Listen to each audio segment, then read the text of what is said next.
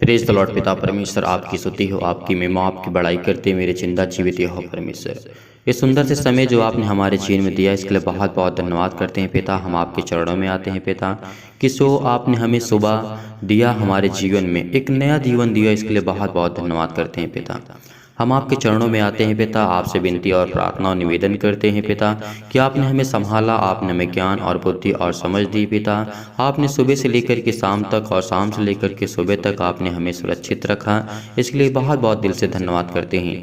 आज मेरे प्रिय भाई बहनों, विश्वास के द्वारा आज इन वचनों को सुनना ताकि आप अपने जीवन में परमेश्वर की महिमा को देखें और परमेश्वर आपके जीवन में काम कर सके, क्योंकि परमेश्वर सबसे प्रेम करने वाला है और वो सबसे प्यार करता है। और जिस तरीके से वो कहता है कि मैं जिस तरीके से प्यार करता हूँ आप भी एक दूसरे से प्रेम रखें, प्यार करें, उनकी सहायता करें। और परमेश्वर आज आपके जीवन में बहुतायत से आपको आशीष देने जा रहा है। अपने घर में, अपने परिवार में, अपने माता पिता, भाई बहनों और जो आपके सदस्य हैं और जो लोग हैं आपके आस पड़ोस में, सबसे प्रेम रखिए, क्योंकि जो परमेश्वर ने हमें प्रेम करना सिखाया है उसको हमें पालन करना चाहिए और उसकी बातों को मानना चाहिए, ताकि हमारे दिल में एक नम्रता आए, एक दया आए, एक हमारे अंदर जो दीन बने। जो हमारा परमेश्वर कहता है जो मन के दीन होते हैं और दूसरों पर दया करते हैं और दूसरों से प्रेम करते हैं, परमेश्वर उनसे प्रेम करता है। इस बात को याद रखना। अगर आपको बहुत गुस्सा आता है, आप बहुत चिढ़ते हैं या फिर बहुत सारी आपकी समस्याएं हो सकती हैं, आप चिंतित हैं, आप डिप्रेशन में हैं,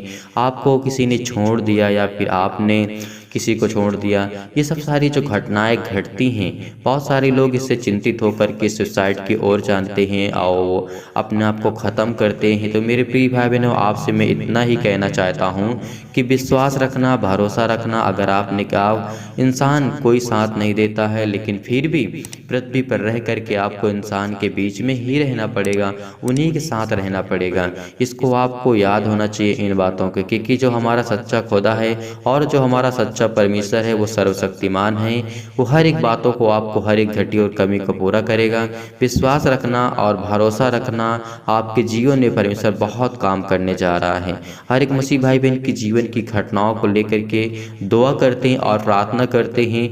मैं यही दुआ करता हूँ कि मेरे जितने भी मसीह भाई हमसे जुड़े हुए हैं, उनके घर के लिए, उनके परिवार के लिए और पति पत्नी के बीच में जो भी किसी प्रकार का और लड़ाई होता है, झगड़ा होता है, बहुत सारी प्रॉब्लम्स आती हैं, उसके लिए दुआ करते हैं। और घर परिवार में झगड़े, आस पड़ोस में झगड़े, आस पड़ोस में जो भी आपके साथ हों उसके लिए दुआ करेंगे, उसके लिए प्रार्थना करते हैं। पिता, मिन्नत करते हैं मेरे खुदा, मेरे जिंदा जीवित यहोवा परमेश्वर, आप तो सर्वशक्तिमान है पिता। आपने सब कुछ रचा है, आपने सब कुछ बनाया, इसके लिए बहुत बहुत धन्यवाद करते हैं। तो मेरे प्रिय भाई बहनों, इन वचनों को ध्यान से सुनना। मैं आपसे रिक्वेस्ट करता हूं कि आप इस प्रार्थना को लास्ट तक करना, ताकि आप परमेश्वर के जीवन की हर एक वो घटना को सीख सकें जो प्रभु यीशु मसीह के द्वारा घटती हैं और परमेश्वर के द्वारा वचन लिखा जाता है।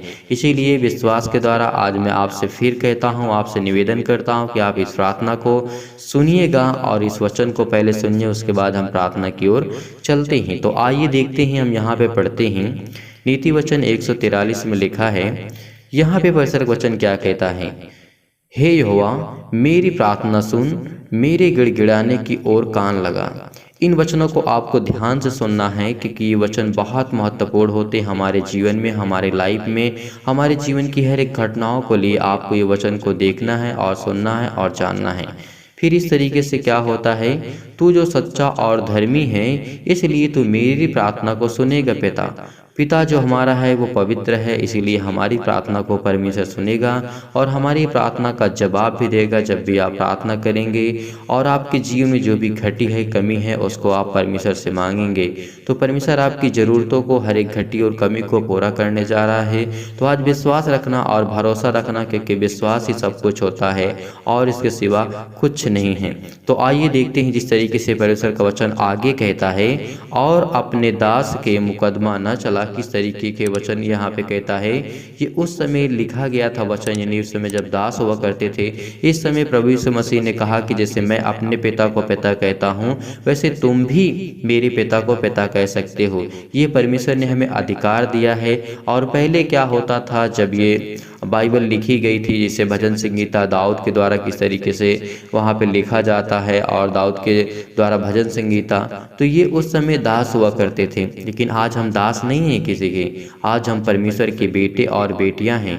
जो वचन को सुनता है, जो जानता है, वो परमेश्वर की महिमा को देखेगा अपने जीवन में, अपने घर में, अपने बिजनेस में, अपने जॉब में, अपने धन संपत्ति में और अपने बाल बच्चों में, अपने माता पिता भाई बहन के परिवार में खुशियाँ, क्योंकि परमेश्वर बहुत कुछ आपको देने जा रहा है। धैर्य रखना और भरोसा रखना। तो और देखते हैं, जब यहाँ पे वचन पढ़ते हैं, कोई यहाँ पे वचन कहता है, क्योंकि कोई प्राणी तेरी दृष्टि में निर्दोष नहीं ठहरा है। ये बात सत्य है और हमेशा ये सत्य ही रहेगी, क्योंकि ऐसा कोई इंसान इस पृथ्वी पर नहीं है जिससे गलतियां ना होती हों।